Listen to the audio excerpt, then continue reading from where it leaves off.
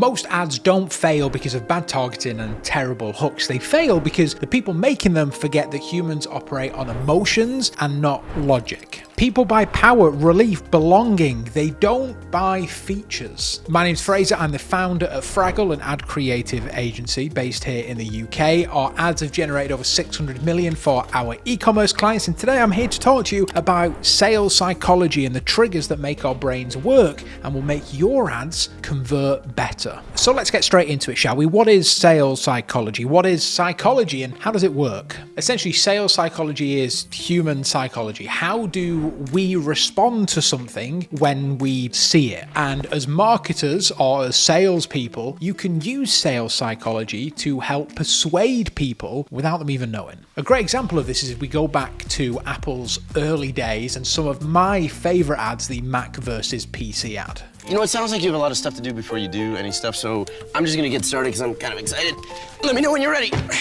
Actually, the rest of me's in some other boxes, so I'll meet up with you later. I'm sure you've seen or heard of these before. These were some of the most successful ad campaigns Apple ever ran. And the reason that they worked so well was because they used something called the contrast principle. The contrast principle is basically not directly attacking your competitor, but instead putting you side by side so that the comparison is clear. Often enough, by placing the two things side by side, it makes the contrast even bigger, making you look like the better option. This is just one of the many examples I'm going to be going through in today's video because we can learn so much from them. In fact, we use it all the time at Fraggle, whether it's in a UGC ad, a VSL ad, or maybe even a static. In fact, we use the contrast principle in this ad that we made for First Choice Energy. You can see we're contrasting a home that is losing a lot of heat because it doesn't have insulation, and then one that looks perfectly fine. We're putting the two together to contrast the difference. So let's jump into the first trigger, and this is FOMO. I'm sure you know what FOMO is, the fear of missing out. And you might get FOMO if your friends go out on the lash without you, but you can also get FOMO from advertising. Essentially, nobody likes the feeling of being left out, and we will do whatever we can do to avoid that feeling. So whether it's jumping on a new trend or joining a fan club when you were a kid, something like that. And as brands and marketeers, we can use messaging to trigger FOMO in our customer. For example, if you're running low on stock, saying there's only a few left is a perfect example of FOMO. People don't want to miss out on getting that product. In fact, a brilliant real world example of this is Supreme. Do you remember when people used to like queue outside the shops just to get like a Supreme t-shirt or a Supreme hoodie or hat? That is FOMO at its best. People are so invested in this brand and so invested in feeling part of this hype beast crew that they will queue for hours to be part of it. I actually found this ad from Ridge, and this is like the perfect example of FOMO. Once a year anniversary sale. It's big. It's the top headline of the ad, and you are increasing FOMO because people don't want to miss out on a once a year anniversary sale. It's subliminal, isn't it? You don't know that this is going to evoke FOMO, but it does. The next one is empowerment. People want to feel in control of their own lives, and they get frustrated when they're not. So when a brand makes something easier for someone, or they give them a tool for them to complete the thing that they're stuck at, we as humans jump on that because it's not the product they're buying, it's the sense of control that people are getting from that. One great example is Nike. Just do it. We're empowering people to do it. You're aiding them with a running shoe to help them,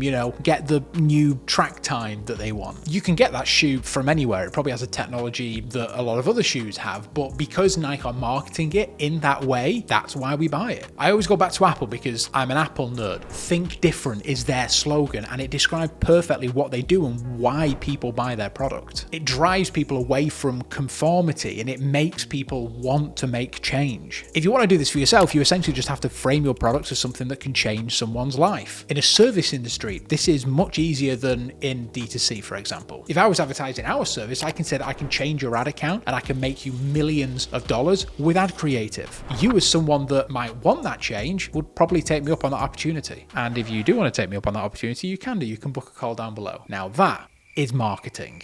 One of my favorites is number 3. This is social proof. Essentially, people are more likely to trust you if they feel that other people have purchased from you. If you hear a friend talking pleasingly about a product, you're more favorable towards that product because your friend, someone in your social circle, said that they enjoy it. But it doesn't always have to be your friends. It can just be a whole lot of people. If 10,000 people have tried this product, there's a lot of social proof there. It makes you feel confident in your purchase. This is essentially why UGC videos exist, because it's social proof. It's someone like us talking about a product that we want, and so we trust it. An easy way to implement this in any of your advertising is to include reviews, or maybe, the star rating, or like I said before, claim the amount of people that have purchased your products and seen success. Anything like this helps people feel more confident. This is essentially what bottom of the funnel advertising is. It's social proof to make people feel confident. And the fourth one is transformation. People want to feel like they are going somewhere, like they're becoming a better version of themselves. And so when a product helps them get there, helps them feel more skilled or feel more confident, then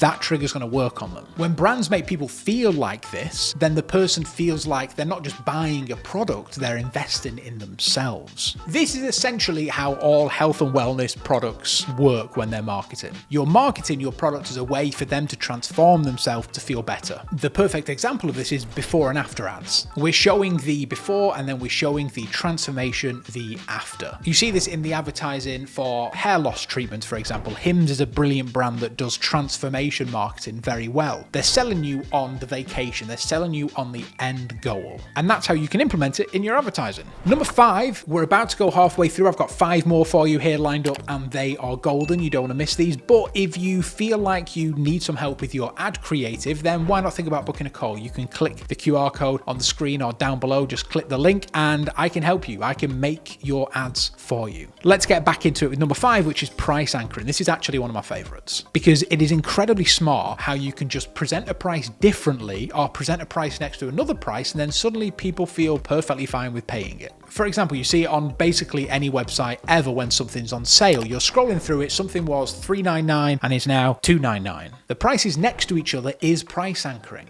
You're anchoring the price at the higher value of what it was to make the $2.99 feel like a steal. Actually, one of my favorite ways to do this is by anchoring your price to a time. For example, this ad that I found online, semaglutide for less than $3 a day. If you are in the zone of Ozempic and you understand how much it costs, then seeing the price at $3 a day seems like a steal instead of saying that it's £1,000 a month. It's the same price, but you're just presenting the price differently. Now, number 6 is one that we use all the time in hooks, and that is curiosity. We all know the phrase, you just want to press the big red button because it's curiosity that's making us want to do that. And that's exactly how we can use it in our hooks. We can open up the loop so that they have to watch the rest of the video or the rest of the hook to find out how it ends. Because people just cannot stand not knowing. They want a resolution to everything. Curiosity is such a powerful driver. It's why pretty much every single soap opera and every single TV show says, find out what happens next week. Or they give you, a preview of what's going to happen next week because it's curiosity. You're opening the loop and the only way that you can close it is by tuning in next week. And a more Gen Z approach is looking at Mr. Beast, right? Any of his hooks in his videos, any of his thumbnails is curiosity. What'll happen when I put these 20,000 people in a room with no food or water? Like that's curiosity. Number 7 actually goes hand in hand with social proof, and that is authority. As well as people finding confidence in numbers, i.e. social proof, people also find confidence in the authority figure that's speaking on something. Think back to like any Sensodyne advert ever where they say like it's trusted by 2 billion dentists or something, or 9 out of 10 dentists recommend. That is authority because a dentist is an expert in teeth, and so why wouldn't we trust that expert? Another example is something might be backed by Harvard research, right? We know that Harvard is like the pinnacle of education, and so again, why wouldn't we trust something that has been,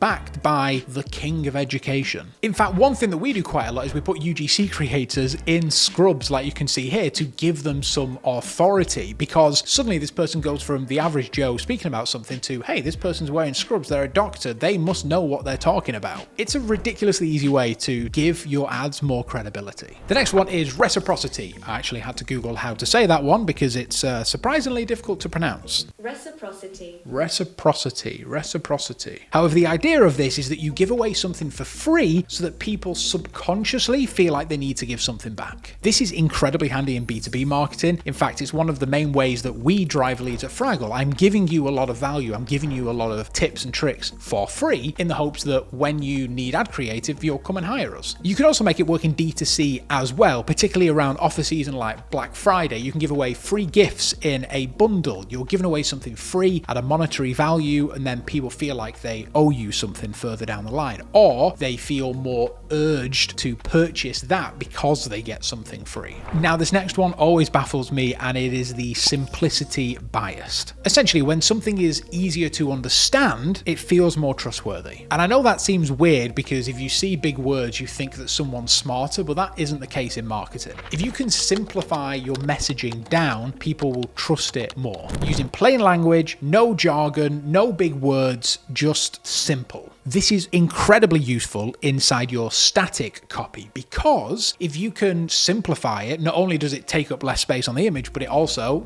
simplicity bias. It helps people trust you more. A little tip here is to put in your copy into ChatGPT and ask it to rewrite it like a 5-year-old would understand or a child would understand. And finally, gearing up, number 10 is the novelty bias. Essentially, our brains absolutely love dopamine. Like, we will do anything for a sweet fix of dopamine. And basically, new things light up our dopamine centers. We see something new, we buy something new, we get that dopamine rush, and our body wants to chase it. It's why I buy the new iPhone every single year. It's the same phone, but it makes me feel good because there's so much dopamine that I have the newest thing. And you can use it in your marketing, super easy. Try our new flavor, try our new this, try our new whatever. Just putting the word new does wonders for your marketing. Because then it also links to FOMO. People don't want to miss out on something new. Can you see how all these link together? And there we go. We've just broken down 10 psychology triggers that you can use now in your marketing to make your ads 10 times better. And remember, people buy on emotions. They don't buy features. And if you happen to be a brand that's doing over 100K every month in revenue, then I would absolutely love to chat with you to see how we can help you increase that revenue with great ad creative. So you can scan the QR code on the screen, or you can click the link down below and book a call with me and let's have a conversation. But until the next one, thanks very much for watching. Like the video, subscribe, all that stuff, and I'll see you next time.